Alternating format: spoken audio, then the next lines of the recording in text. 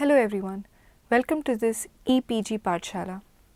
This lecture is on culture, resistance and communication. This lecture is a part of your paper Media, Culture and Society. In this lecture, we will discuss the aspects of cultural resistance. This lecture will explain cultural resistance and communication through two case studies of folklores.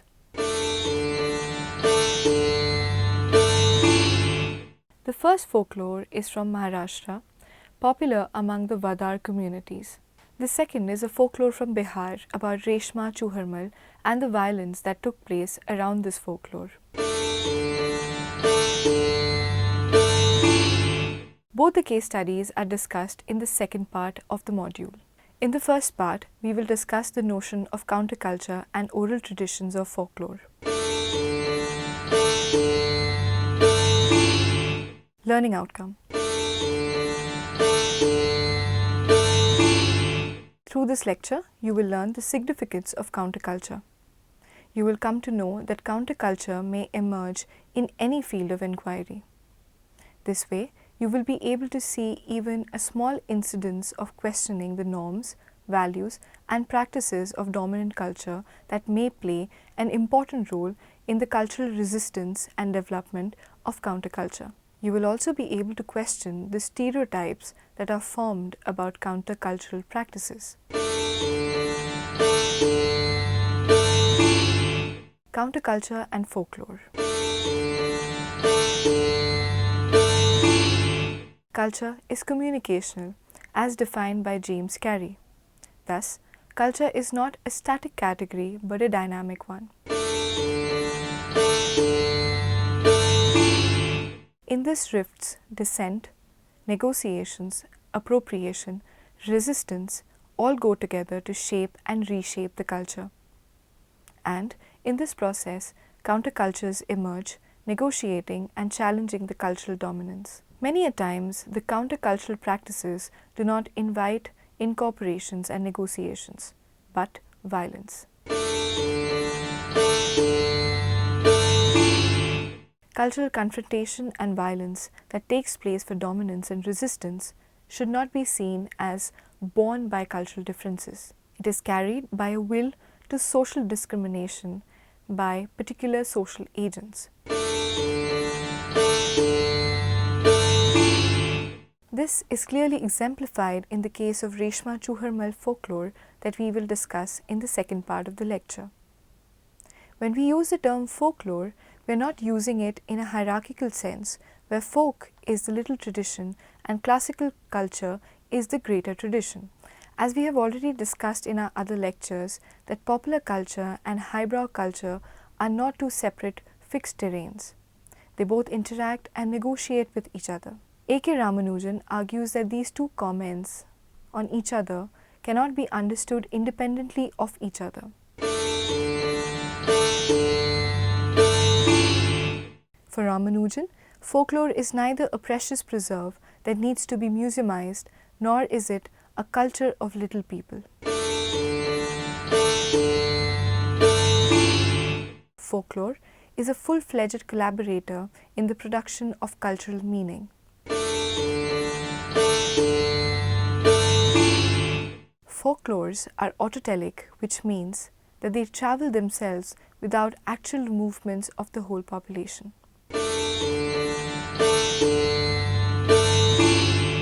Every time it is told and retold, it crosses all kinds of boundaries. Hence, each retelling modifies its content and spirit. Folklores as memories harness both dominance and defiance. Memory can be equally subjected to attempts of domination and rebellion. The relationship between power and memory is not univocal at all. Ambivalence and ambiguity are deeply embedded in the agendas. Establishment and mainstream anxiously use people's memories for their ends, possibly prompted by a wish to nip in the bud the resistance potential of people's memories, perceived as a frightening force. But people may as well harness their collective symbolic heritage against attempts of control and hegemony. These oral traditions of folklores are the sites of construction of identity for communities. The other point of caution is that the countercultures should not be equated with alternative culture. Some cultural practices may play the role of counterculture at certain period of time in a given cultural milieu, but it should not necessarily be constructed as an alternative culture. Counterculture may emerge in any field of music, literature, narrative, performing arts, community festivals, etc. The counterculture may also at times contain elements of dominance, but at the same time the interventionist tendencies of counterculture cannot be denied. In this regard, Vibodh Parthasarathi in his essay Interventionist Tendencies in Popular Culture argues that particular instances of opposition to the material, political or symbolic basis of dominant communication is more than a mere assertive performance. He writes, the entry of underclass into the processes of communication signifies not merely a change in social agents. More importantly, it transforms their status from being consumers of mass culture to the producers of counterculture, from being the source of information to proactive subjects of images and text. So, the folklores that we are going to discuss are assertions of people whereby they resist the dominant mode of cultural significations, hence face violence many a times.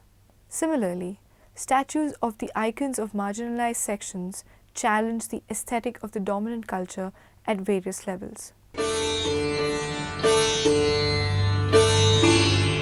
Along with that, it signifies a resistance to the dominant culture in which icons of marginalized are either absent or present in distorted and stereotyped forms. Let us take up all these arguments to the case studies. Case study number 1. Folklores of the Vadar communities of Maharashtra. The Vadars are the stone workers. Their occupation involves digging out, breaking, cutting and carving stones. Their caste has the inferior status of Shudravarna. The Vadars form one of the 12 castes of a collective termed Gota. The Marathi term Gota usually applies a collectivity of caste, relation and relatives.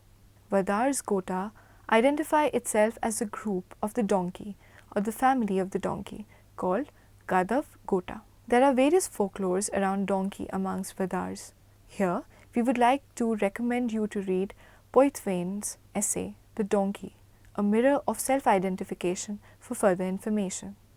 These 12 castes are Beldar, Khesadi, Ghongdiwale Vadar, Kaikadi, Kanjarbhat, Katewadi, Kolhati, Kumbhar Parit, Telangi, Vadar and Vaidu. The reason for their conscious association of this cluster of caste or Jati Samuha with the donkey is that all of them raise and use donkeys not only as means of transport but in their work, therefore as a means of subsistence. Let us discuss one of their folklore. King Sasravad had a daughter. She was so beautiful that there was no need for a lamp or candle in the whole palace. The king was concerned and wondered in whose hands he should give such a beautiful girl in the full bloom of her youth. But the girl said, I shall put the garland around the neck of whoever is the best one in the whole world. The announcement was made in heaven and on earth. People from heaven and earth appeared in the royal hall of audience. The court was full. God Agni stood up first. The king's minister pointed out the shortcomings of Agni. Water can extinguish fire. Then God Vayu stood up. A simple man can swallow the wind god too. Then Meghraj stood up. A simple breeze can push away a cloud. This is how all the gods came forward, but none of them could be declared the best. Eventually, God Ralold, the rock, appeared. Fire, wind, rain, absolutely no one can move a rock. He stays immortal in its place. The princess then resolved to put the garland around the neck of the god Ralold. At that very moment, from among the people on earth, a Vadar entered the hall of the audience. He said, "The rock is not immortal. Wherever he may stand, a Vadar can remove it from that place." Ultimately, the Vadar was declared the best one, superior to all of the gods. The princess put the garland around the neck of the Vadar and went to live happily in his house. It was decided that among all the beings, the Vadar was the best. The Vadar was granted 7 lives and fallow land on 7 boundaries by Surya, the sun god.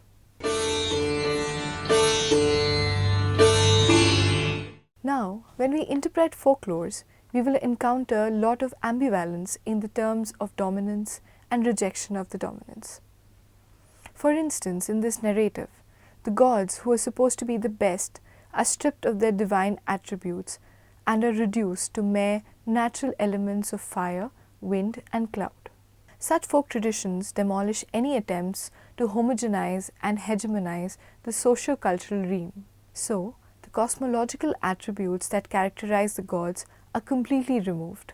And this is how the logic for the elimination or disqualification of the 3 gods was built up. Only the 4th god escapes this elimination on the ground that no other earthly element can win over him. But the whole situation is reversed with the entry of not a god but a human being. Interestingly, a human being is able to defeat a god for the simple reason that through his labor he can transform anything on earth. According to Poitevin, this narrative proclaims the absolute excellence of the Vadars. The excellence of the Vadars lies in the superior strength of the human labor force and its culture over nature. For Poitevin, through such folk tales, the Vadars express that they are superior to others or that society needs them. The myths help to understand the system of social relations that weaves the whole social fabric, the status of various communities within the society. This story actually addresses the status of the Vadars as stoneworkers.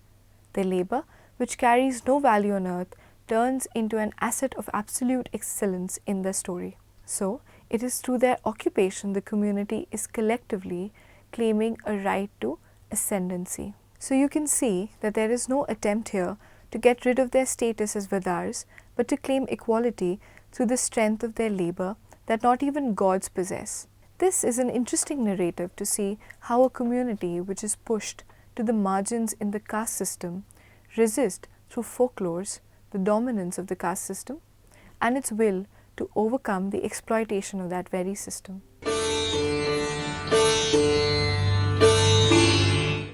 Poitevin argues that the dynamics of the process operates according to the logic of inversion. For that inversion to happen, first of all, the alleged right of the absolute excellence claimed by the god was falsified and declared unacceptable through a royal court ruling. You can see that there is a reliance on the same feudal authority which breeds on the caste system to democratize the claim for marriage with the princess, which is otherwise prohibited in the Varna system. According to Poitevin, such stories act as a symbolic foundation of the group. They establish communication within the community.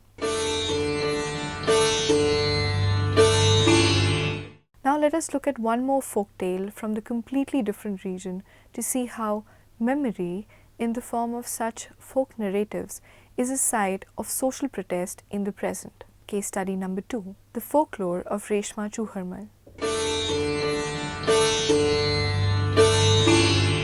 The popular mythical folklore of Reshma Chuharmal has many versions which conflict with one another. The actual story of Reshma and Chuharmal is said to have taken place in the Magadh and Bhojpur regions of Bihar. The story is now a bone of contention, an issue of conflict and violence between the upper caste and the Dalits of that region. But first, let us discuss one of the popular versions of the folklore here. Chuharmal was a handsome and a healthy Dusad youth. Reshma, the daughter of a local landlord, was fascinated with him and would offer him invitation for indulgence. Chuharmal initially tried to avoid her, but then She told him she was the daughter of a high caste landlord, while he belonged to the Dusat caste. Thus, Reshma forced him to establish matrimonial relationship with her, in which she succeeded. This relationship resulted in a clash between Chuharmal and the landlord father of Reshma, leading to the victory of the virtuous hero Chuharmal over the landlord and his army. There are various other versions of this folklore. It is glaringly clear that the manner in which the story is remembered by the Dalits makes it a significant element in constructing their collective identity and also cultural resistance to the dominance of a caste system. Such folk legends assert the counter-cultural practices in many ways. For instance, here the intercaste marriage is pronounced as a victory over the caste proscriptions. Chuharmal is not only a hero in the story but is also their god. Every year in Mokama, a fair is held in his memory in the month of March-April where the folk tale is enacted. So this folklore is still alive in people's memories, and they take all efforts to resist the attempt to violently erase this memory. The memory is alive in their social protests as well. The character of Chuharmal signifies victory of Dalits over the centuries-old overtly violent exploitation by the upper caste. On the contrary, the same story brings shame and insult to the upper caste, and hence they have unsuccessfully used violent means to erase this memory.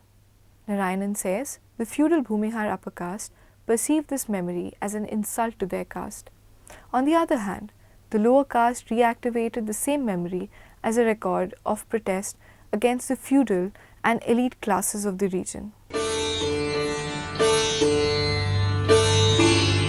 There have been caste atrocities between 1970 and 1990 on these differing interpretations of the folktale. Yukani Kand illustrates that such memories are a site of constant conflict and massacres. On 19th June 1978, in a village named Ekoni of Aurangabad district of Bihar, an actor who was playing the role of Chuharmal in the folk drama Reshma and Chuharmal was shot dead by the upper caste because Reshma belongs to their caste. This folk narrative challenges the whole cultural paradigm of the feudal system. Kauni Kand exemplifies the dialectic of the cultural dominance and cultural resistance and its linkages with the land relations. It is not a coincidence that the upper caste are the landowners in the Ekoni village and the Dalits are the landless labourers. They work on the lands owned by the upper caste. So, the folk tale illustrates an intersection of caste, class and gender, articulating the protest against feudal hegemony and its oppressive discrimination. Narayan writes, the consciousness of the lower caste creates symbols and myths of protest against the domination of hegemonic classes. Because the subaltern are not able to stand openly against the latter's control, their protest finds its expressions in the creation of mythical characters. This gives the satisfaction of a symbolic resistance.